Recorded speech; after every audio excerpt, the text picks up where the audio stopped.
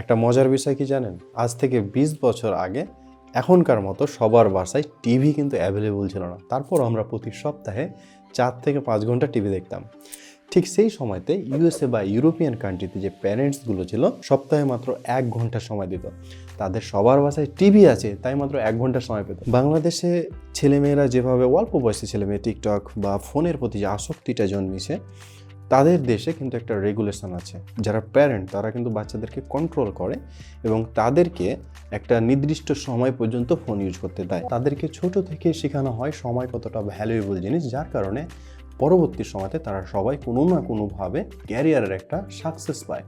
আমাদের দেশে প্রথম থেকেই এই যে সময় একটা অবহেলা চলে আসে, যার কারণে 30-40 বছর পর্যন্ত মানুষ বেকার থাকে, কোনো কাজেই মন দিতে পারে না। সো ছোট থেকেই সময় কতটা গুরুত্বপূর্ণ এটা আমাদের প্রত্যেকটা বাচ্চাকে বোঝানো খুবই গুরুত্বপূর্ণ।